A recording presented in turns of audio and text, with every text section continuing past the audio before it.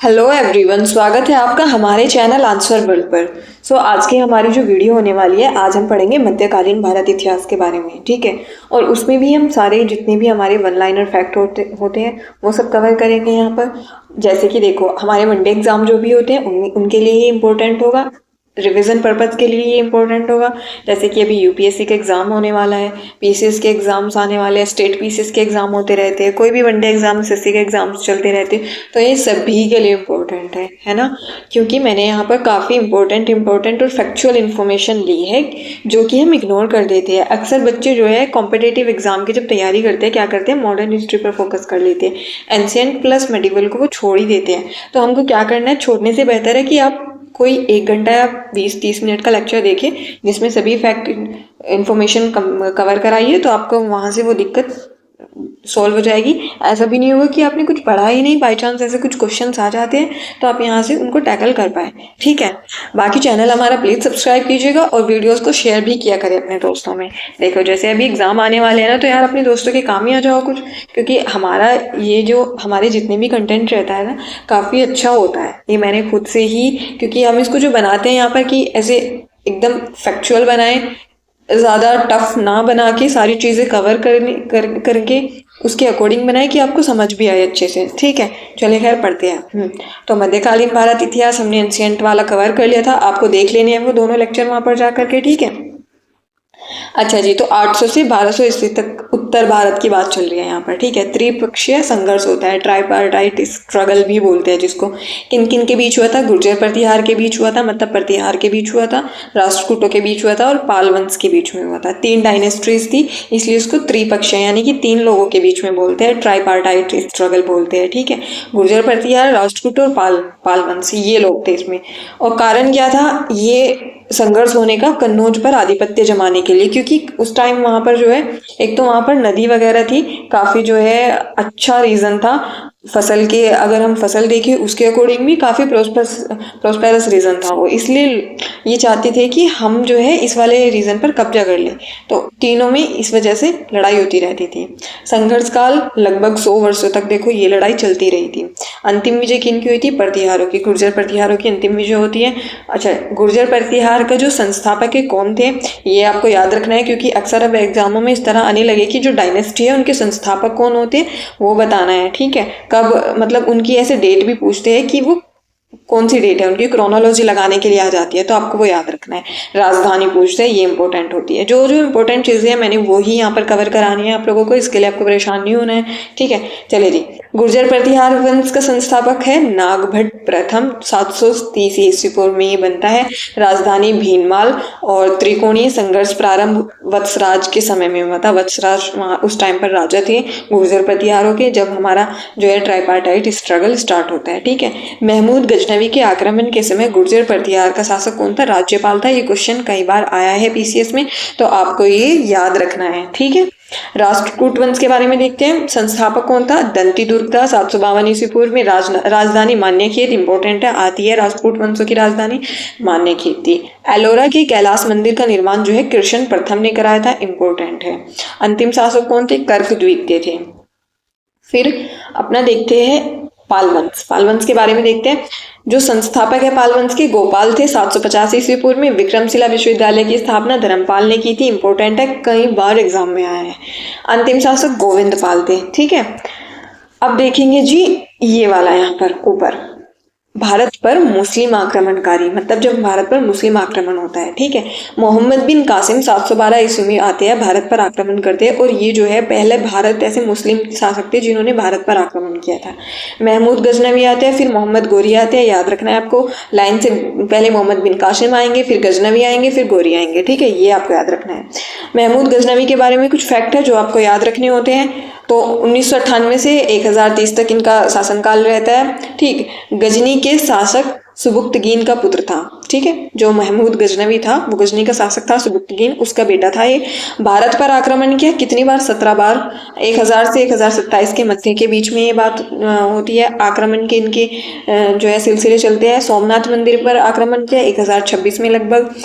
दरबारी विद्वान पुस्तक कौन थे? अलबरूनी थे, जिन्होंने जो है किताबुल हिंद लिखी है। उतबी किताबुल यामिनी है। फिरदौसी शहनामा है। बेहाकी उनकी है लेखक पुस्तक तारीख सुबुक्तगीन। अच्छा, अब आपको यहाँ पर जो है ये बुक आपको और ये राइटर, इन पर आपको फोकस करना है, क्योंकि आजकल जो है ऐसे बुक दे देते हैं, राइटर दे देते हैं, मैचिंग में पूछ लेते हैं कि कौन सा है, किसने लिखी है, ये पूछ लेते हैं। ठीक है, बल्कि अब जो है स्टेट पीसीएस क्या करने लगा है, एक स्टेप और आगे जाने लगा। कैसे? बुक दे दी, किताबुल हिंद दे दी, किताबुल यामिनी दे दी, सहनामा दे दी एक साइड इस तरह, और सुबुक्तगीन दे दी। अब ये पूछ ले कि ये किस चीज से रिलेटेड है। ये जो है हमारे मुस्लिम शासक के जो है महमूद गजनवी से रिलेटेड है, नहीं है। आक्रमण के बारे में यहाँ से पता चलता है क्या? नहीं चलता है। क्या सोमनाथ मंदिर पर आक्रमण हुआ? इन घटनाओं का यहाँ पर जो है जानकारी मिलती है, इन बुकों से नहीं मिलती है। इस तरह से स्टेटमेंट डाल सकते हैं। तो आपको जो है यहाँ पर देखो, एक बात मैं आपको बताती हूँ, जो ये राइटर होते थे ना भाई, इनको मरना थोड़ा ना था शासक क्या, तो इतने ज़्यादा जो है निर्दयी शासक होते थे उस टाइम पर, तो ये क्या करेंगे, जितनी भी अच्छी अच्छी बातें होंगी, बढ़ा चढ़ाकर जितनी बातें होंगी अपने राजा को महान बनाने के लिए, बताने के लिए, तो वो सारी चीज़ें बुक के अंदर मेंशन करेंगे। तो जैसे कि सोमनाथ मंदिर पर आक्रमण करना, ये महानता का काम था इन वाले जो राइटर के लिए, उस टाइम के जो राजा थे उनके लिए, मतलब राइटर के लिए। तो उन्होंने कि देखो हमारे राजा जी कितने ज़्यादा ब्रेव है, तो उन्होंने ये काम किया। ठीक है, तो इन्होंने ये सारी चीज़ें यहाँ पर मेंशन होगी। बाई चांस कभी स्टेटमेंट में आ जाए तो आपको वो ऑप्शन सही करना होता है। ठीक है, ये बस मैं आपको एक कॉमन सेंस का वो बता रही हूँ कि जैसे कहते हैं ना कि तुक्का लगाते हैं बच्चे, तो इस तरह थोड़ा कॉमन सेंस यूज़ करें और चीज़ें आपकी हो जाती हैं। ठीक, हाँ जी, तो मोहम्मद गोरी के बारे में देखते हैं। गौर प्रांत का शासक था ये। प्रथम आक्रमण 1175 ईस्वी में मुल्तान पर करता है। गुजरात आक्रमण भीम द्वितीय राजा थे उस टाइम पर, मूलराज द्वितीय ने पराजित किया था इनको 1178 ईस्वी में। फिर जो है प्रमुख युद्ध इनके शासनकाल में कौन कौन से होते हैं? एक तो तराइन का प्रथम युद्ध होता है, काफी इंपॉर्टेंट है, वनडे एग्जाम में ये यहाँ से तराइन का द्वितीय युद्ध, चंदावर का युद्ध, ये पूछते हैं। तो प्रथम युद्ध कब होता है? 1191 ईस्वी में होता है। किस किस के बीच होता है? तो गोरी के बीच में होता है, पृथ्वीराज चौहान से चौहान के बीच में होता है, और चौहान इसमें विजयी होता है, गोरी इसमें हारता है, ये याद रखना। दूसरा युद्ध होता है फिर 1192 में, अगले ही साल फिर दूसरा युद्ध हो जाता है। इसमें जो है पृथ्वीराज चौहान से ही होगा, लेकिन इस बार जो है चौहान जो है हार जाएगा। क्यों? क्योंकि अब ऐसे मान के चलना कि जब इसने पहला युद्ध लड़ा था तराइन का, तो उसमें जो पृथ्वीराज चौहान थे, उनकी एनर्जी खत्म हो गई, उनके सारे सोर्स खत्म हो गए, इसलिए वो दूसरे में हार गए। ऐसे ये याद रखने की ट्रिक है। तो गोरी यहाँ पर विजय हो जाता है। चंदावर का युद्ध 1194 में होता है और जयचंद से होता है, इसमें भी जो है गोरी विजयी होता है। ठीक, सल्तनत काल के बारे में देखते हैं अब हम। तो गुलाम, खिलजी वंश, तुगलक वंश, सैयद वंश, लोधी वंश, ऐसे क्रोनोलॉजी में आता है स्टेट पीसीएस जैसे एग्जाम्स में। तो जैसे कि बीपीएससी और उत्तराखंड पीसीएस और ये ऐसे एग्जाम हो गए एमपीपीएससी में, तो आपको वहाँ पर ये देखना है और इनकी ये डेट भी याद रखना है। ठीक है, गुलाम वंश 1206 से 1290 ईस्वी तक चलता है। खिलजी वंश 1290 से 1320 ईस्वी तक चलता है। तुगलक वंश 1320 से 1412 तक चलता है। सैयद वंश 1414 से 1451 तक चलता है। लोधी वंश 1451 से 1526 तक चलता है।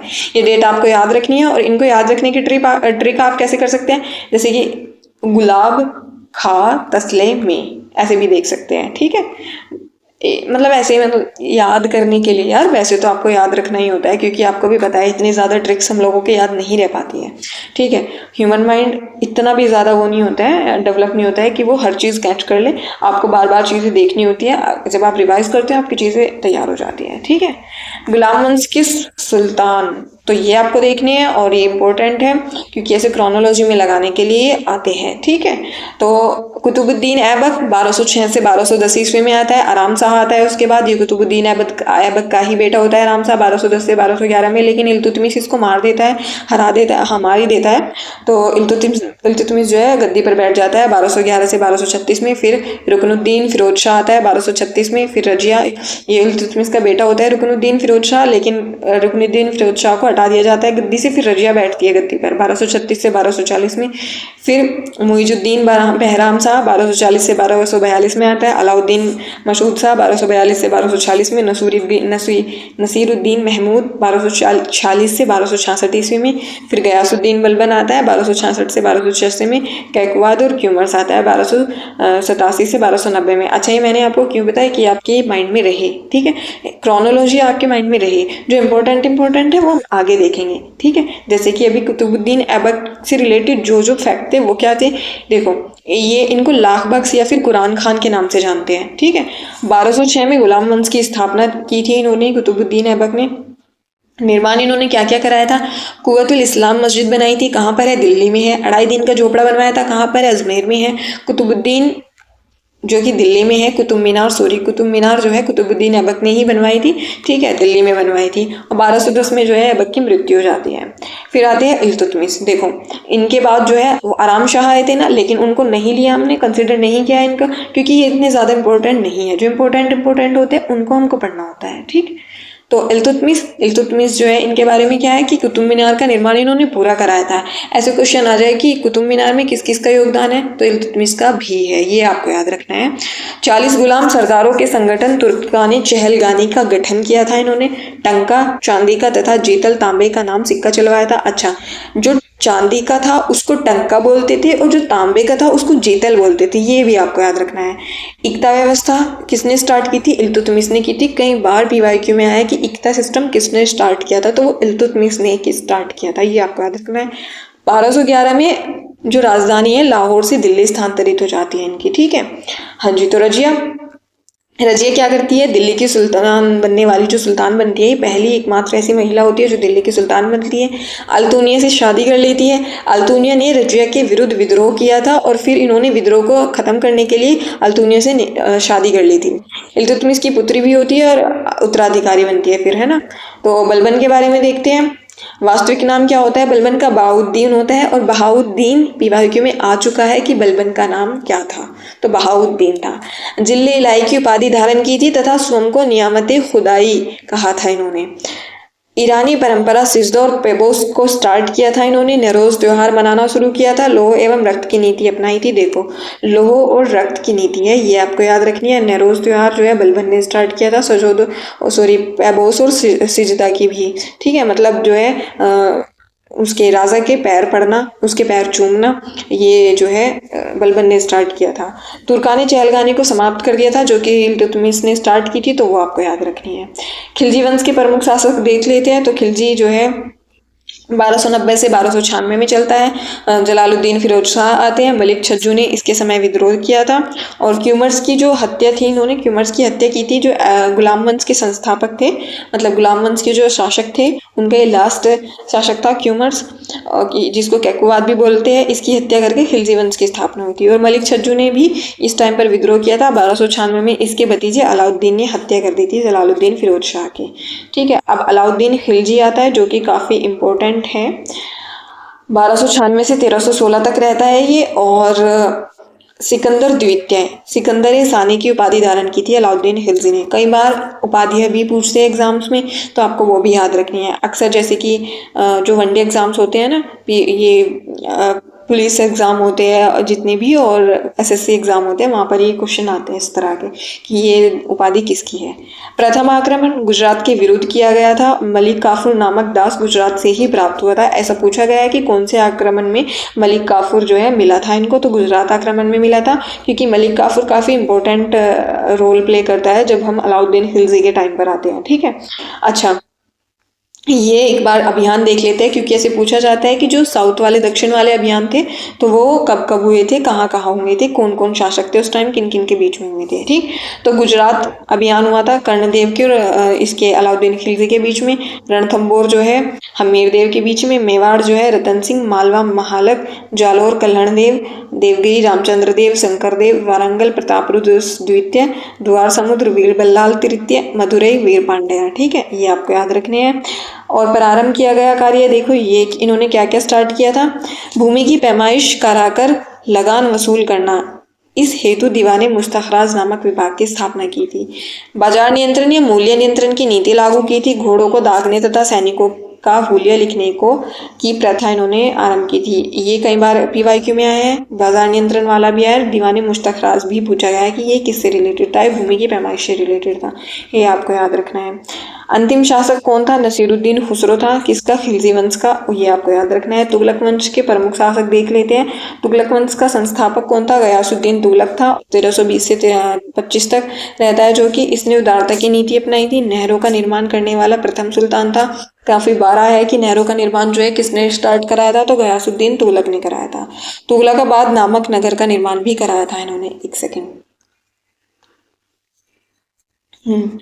तो महमूद बिन तुगलक कब आते हैं, कब से कब तक, 1325 से 1351 तक आता है। और इनके वास्तविक नाम क्या था, उलूग खान था, ये आपको याद रखना है, या फिर जूना खान भी इन्हीं का नाम था। ये कई बार पूछा गया कि जूना खां है, जूना खां किनको बोलते हैं, महमूद बिन तुगलक को बोलते हैं, ये आपको याद रखना है। अच्छा, इनके प्रमुख कार्य देख लेते हैं जो कि काफ़ी इंपॉर्टेंट है, ऐसे क्रोनोलॉजी में लगाने के लिए आते हैं। दोआब में कर वृद्धि, फिर उसके बाद राजधानी दिल्ली से दौलताबाद देवगिरी में स्थानांतरित कर लेते हैं। सांकेतिक मुद्रा का चलन किया था। खुरासान में कराची अभियान होता है इनके टाइम पर। अच्छा, दीवाने अमीर कोही नामक कृषि विभाग की स्थापना की थी। तो दीवाने कोही किससे रिलेटेड था, कृषि से रिलेटेड था। कई बार मैचिंग में आया है एग्जाम्स में, तो आपको याद रखना है दीवाने कोही कृषि, कोही कृषि, इससे याद रख लेना आप। इब्न बतूता को सुल्तान ने दिल्ली का काजी नियुक्त किया था। ठीक है, इब्न बतूता किसके टाइम पर आता है, मोहम्मद बिन तुगलक के टाइम पर आता है। 1333 ईस्वी में मोरक्को यात्री इब्न बतूता भारत आया था और इस यात्रा का विवरण ग्रंथ रहेला में मिलता है। रेहला में मिलता है। किसने लिखी थी, इब्न बतूता ने लिखी थी। इस्लामी कानून द्वारा स्वीकृत केवल 4 कर खराज, खुम्स, जजिया, ज़कात लगाया था। किसने, फिरोज शाह तुगलक ने। टाइम पीरियड का है 1351 से 1388 तक। ठीक है, ब्राह्मणों पर इसने जो है जजिया कर भी लगाया था, फिरोज शाह तुगलक ने। शसगनी नामक सिक्का चलवाया था। किसने, फिरोज शाह तुगलक ने। दीवाने खैरात, दीवाने शफा, दीवाने बंदगान की स्थापना की थी। अच्छा, जो ये खैरात था, ये ऐसे कुछ खैरात में करना, मतलब बांटना भिखारियों को, इस तरह से दारुल शिफा यानी कि जो हॉस्पिटल वगैरह का मरीजों को देख रेख के लिए बनवाया था। दीवाने बंदगान यानी कि गुलामों के लिए बनवाया गया था, क्योंकि इसको गुलाम बहुत पसंद थे, इसलिए इसने अलग से एक विभाग ही बनवा दिया था। सिंचाई कर हके शर्ब बोलते थे। हके शर्ब, इसने सिंचाई पर कर लगाया था। लगाने वाला दिल्ली का पहला सुल्तान था। सर्वप्रथम लोक निर्माण विभाग की स्थापना फिरोज शाह तुगलक ने ही की थी। इसके द्वारा बसाए गए नगर कौन से, फतेहाबाद है, हिसार है, फिरोजपुर है, जौनपुर और फिरोजाबाद है। ठीक है, ये आपको याद रखना है। अब देखते हैं नसीरुद्दीन महमूद। तो ये तुगलक वंश का जो है लास्ट अंतिम शासक होता है। और कब से कब तक, 1394 से 1412 तक। इसने शासनकाल में जो है मलिक सरवर जौनपुर को स्वतंत्र राज्य बनाया। इसने शासनकाल में 1398 में तैमूर लंग ने दिल्ली पर आक्रमण किए थे, ये आपको याद रखना है, इसी के शासनकाल में हुए थे। अब सैयद वंश के जो संस्थापक है कौन थे, खिज्र खान थे। खिज्र खान तैमूर लंग का सेनापति था। इस वंश का अंतिम शासक अलाउद्दीन आलम शाह था। इतना कुछ ज़्यादा इंपॉर्टेंट नहीं होता है तो सैयद वंश, तो इसलिए हमको थोड़ा बहुत, लेकिन इसके संस्थापक कौन थे ये पढ़ना होता है। ठीक है, लोधी वंश के बारे में देखते हैं अभी। तो लोधी वंश जो है, बहलोल लोधी ने, एक सेकंड, अच्छा सॉरी यार, अच्छा हाँ, मेरे को ना आपको एक तो बात ये कहनी है कि मैं सोच रही हूँ कि आज ये कंप्लीट ही करा दूँ, इसके 2 लेक्चर ना लूँ, क्योंकि ये ज़्यादा बड़ी नहीं होगी। तो अगर 30-40 मिनट लगती है तो प्लीज़ कोऑपरेट कर लेना, लेकिन इससे बाहर, मतलब कोई भी एग्जाम्स हो वहाँ पर इससे ज़्यादा बेहतर रिवीजन पर्पज़ के लिए आप कोई मेडिवल हिस्ट्री की वीडियो नहीं मिलेगी। ठीक है, ये काफ़ी इंपॉर्टेंट है। ठीक है, तो पढ़ते हैं लोधी वंश के बारे में। बहलोल लोधी 1451 से 1489 तक रहते हैं और बहलोल नाम का सिक्का चलवाया था इन्होंने। लोधी वंश के संस्थापक थे। जौनपुर राज्य को जीतकर दिल्ली सल्तनत में मिला लेते हैं। ठीक है, फिर आते हैं आपके सिकंदर लोधी। कब से कब तक, 1489 से 1517 तक आते हैं। ठीक है, 1504 में आगरा शहर बसाया था और अपनी राजधानी बनाया था। ये पूछा गया है एग्जाम में कई बार, पीसीएस में, स्टेट पीसीएस में, यानी कि यूपी पीसीएस वाले में तो कई बार आया है कि आगरा शहर कौन से ईयर में बसा था। 1504 में बसाया था, सिकंदर लोधी ने बसाया था। भूमि पैमाइश के लिए इसने जो है गजे सिकंदरी का प्रचलन करवाया था। ये भी पीवाईक्यू में आया है। गजे सिकंदरी किससे रिलेटेड है, गजे सिकंदरी रिलेटेड है भूमि पैमाइश से रिलेटेड। गुलरुखी नाम उपनाम से जो है कविताएं लिखते थे, ये भी पीवाईक्यू में आया है। ठीक है, कई बार आया है। इनके काल में आयुर्वेदिक ग्रंथ का फारसी में अनुवाद गजे सिकंदरी नाम से किया गया था। ये भी याद रखना आप लोग, क्योंकि देखो एक तो गजे सिकंदरी है भूमि पैमाइश से रिलेटेड और एक गजे सिकंदरी है आयुर्वेदिक ग्रंथ है। ठीक है, मान विद्या के ग्रंथ लज्जते सिकंदरी शाही की रचना की गई थी। और अब देखते हैं नेक्स्ट अपना इब्राहिम लोदी के बारे में। 1517 से जो है 1526 तक रहते हैं। दिल्ली सल्तनत के ये अंतिम शासक थे। इब्राहिम लोदी और राणा सांगा के बीच खतौली का युद्ध होता है 1518 में हुआ था। इब्राहिम लोदी हार जाते हैं इसमें। और देखो खतौली का युद्ध कब हुआ था, 1518 में हुआ था। कई बार एग्जाम्स में आए, इंपॉर्टेंट है, ठीक है। इब्राहिम लोदी और बाबर के बीच में पानीपत का प्रथम युद्ध होता है, आपको तो पता ही होगा कितना ज़्यादा इंपॉर्टेंट है। पानीपत का प्रथम युद्ध 1526 में होता है। पानीपत के प्रथम युद्ध में इब्राहिम लोदी हार गया था और मारा गया था, ये आपको याद रखना है, ठीक है। अब क्या है, सल्तनत काल के जो प्रशासनिक अधिकारी थे उनके बारे में पूछते हैं, क्योंकि प्रशासनिक अधिकारी अक्सर यूपीएससी एग्जाम में तो आते हैं, पीसीएस एग्जाम में भी अब पूछने लगे हैं, ठीक है, तो इसलिए आपको याद रखना है। अच्छा, ये इनके नाम होंगे, ये इनके जो इनको विभाग मिले थे वो उनसे रिलेटेड होंगे, ठीक है, तो वो सबको ही देख लेंगे यहाँ पर। सल्तनत काल तो एटलीस्ट कंप्लीट ही कर लेंगे, वीडियो ज़्यादा बड़ी ही हो जाएगी, रहने दिया। हम ऐसा करेंगे, एक वीडियो एक और लेक्चर्स का सेपरेट बना देंगे, फिर इन दोनों को कंबाइन कर देंगे कि जिससे आपको रिवीजन में जो है और ज़्यादा अच्छी तरीके से हो जाए आपका, ठीक है। आपको अलग अलग वीडियो ना देखनी पड़े, एक ही लेक्चर में ही मिला देंगे दोनों को, ठीक है। तो पदनाम में वजीर किससे रिलेटेड होता था, इसका कार्य वित्त विभाग का प्रमुख होता था। ये आरिज मुमालिक सैन्य विभाग का प्रमुख होता था। दीवाने इंशा या दबीर रसालत शाही पत्र व्यवहार विभाग का प्रधान अधिकारी होता था। दीवाने रसालत विदेशी विभाग का अध्यक्ष होता था। सदर उस सुदूर धर्म विभाग का प्रधान अधिकारी होता था। और काजी उल गुजात न्याय विभाग का प्रधान अधिकारी होता था। बरीद मुमालिक गुप्तचर विभाग का प्रधान अधिकारी होता था। वकील हाजिब दरबारी शिष्टाचार संबंधी प्रमुख अधिकारी होता था। सरे जहानदार सुल्तान के अंगरक्षकों का प्रधान होता था।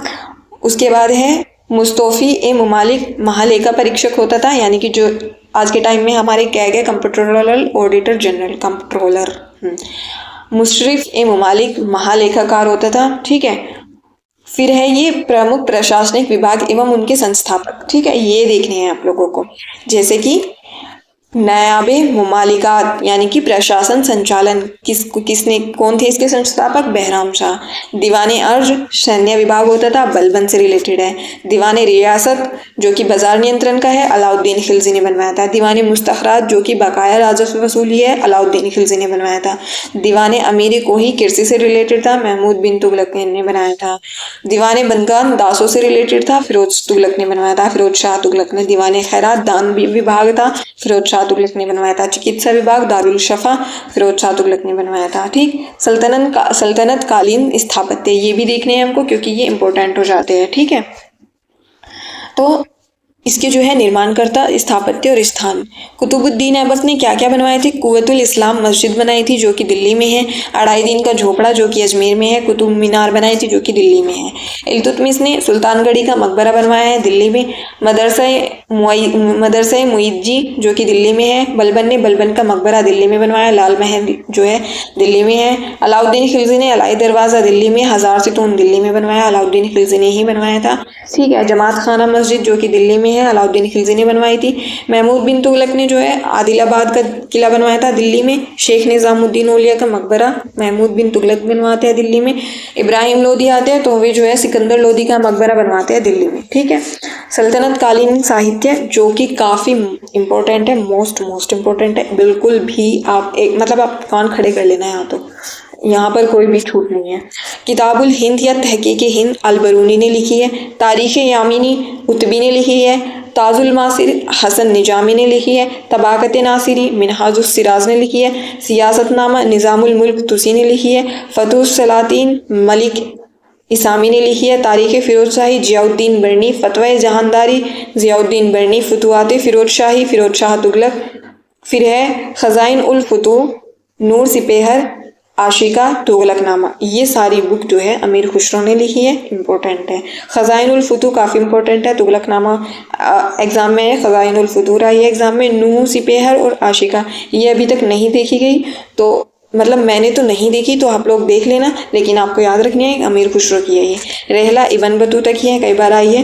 तारीख़ मुबारक शाही याहिया बिन अहमद सरहिंदी की है। शाहनामा फिरदौसी की है। चंदायन दाऊद की है। मरगावती कुतुबन की है। ज़फ़रनामा मुल्लायाज़दी की है, ठीक है, ये याद रखनी है आप लोगों को। अब विजयनगर साम्राज्य है, देखें विजयनगर साम्राज्य, यार ये ना मैं आपको कल ही कराऊंगी, ठीक है, ये आज के लिए इतना ही। और इसके बाद मतलब ऐसा होगा कि जो मैं कल जो लेक्चर लूँगी वो और ये वाला दोनों कंबाइन कर देंगे जिससे कि आपको दिक्कत ना हो। बाकी आप कमेंट सेक्शन में बताना मेरे को कि आपकी वीडियो कैसी लगी, एंशिएंट वाला लेक्चर कैसा लगा, मेडिवल वाला लेक्चर आपको ये कैसा लगा, चीज़ें आपकी क्लियर हुई, अच्छे से रिवीजन हुआ, ठीक है, आपके लिए ये हेल्पफुल रही, क्या रहा, सब कुछ आप मेरे को बताना, फीडबैक अपना ज़रूर देना। और चैनल प्लीज़ सब्सक्राइब करके जाना, अपने दोस्तों में शेयर भी करना। बाकी आप अच्छे से पढ़ते रहिए, अपना ख्याल रखिए। Bye bye, take care.